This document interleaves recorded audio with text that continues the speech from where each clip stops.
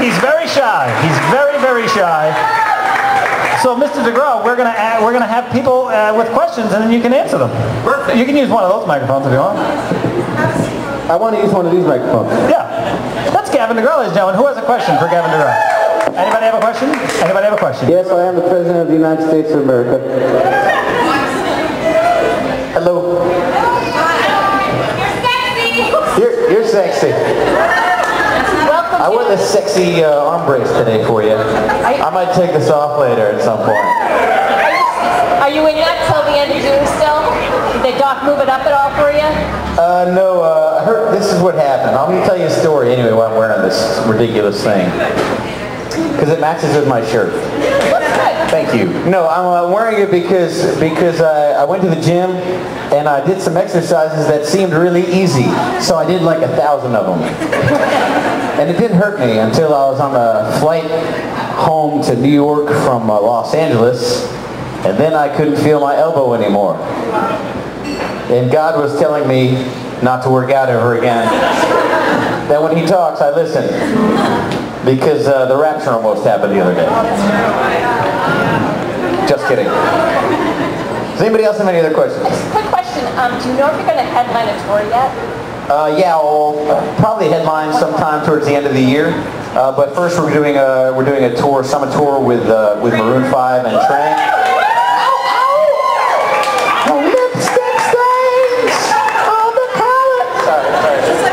Don't get me going, Gavin, because I'm running out of dance mode. You gotta keep those buttons on. People are trying to eat.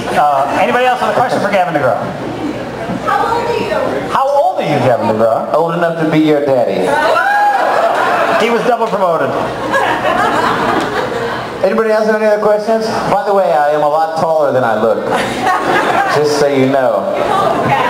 And this pony cake used to be a six-pack as well. Just so you know. Gavin Degraw, there's a six-pack under there. Where did you come from, and where are you going after this, Gavin Degraw? Well, let's focus on the issues. Well, originally. No. Before you came here, because you live a rock and roll lifestyle. You're on a bus every day. I am. I live on a bus. Yeah. It's a different type of homelessness when you live on a bus. It's cool. It's like cool homeless. But earlier today we were in Hartford, Connecticut. Nice. That's the insurance capital of the world. It's the insurance capital of the world? Yes. Get out of here. No wonder why this guy was driving so fast. Yeah. So then we came out here and then we head to Boston tomorrow. Nice. Heard of it? Heard of it? Yeah, I've been there. I lived there for about a year once. Oh, you did? Yeah, I got lost and the GPS I didn't have. Right. Yeah, and I kept going around Fenway Park. Nice. And I was like, I gotta get, there's like one-way streets, and I was in trouble. Right. Yeah. So a year later, I ended up back in New York. But let me tell you a quick story.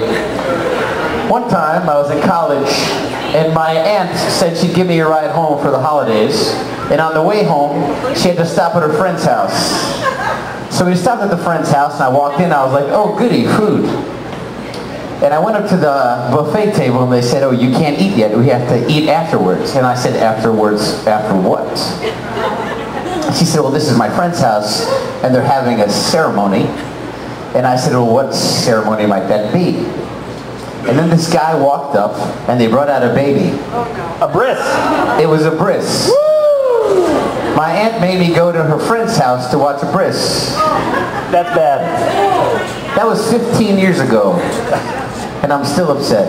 Well, that's a good way to ruin a buffet. Really. It's terrible. And then they made calamari. Anyway, is it okay? Does anybody else have any questions, or can we play some music? Is that cool if we play some music? Okay, good. Awesome.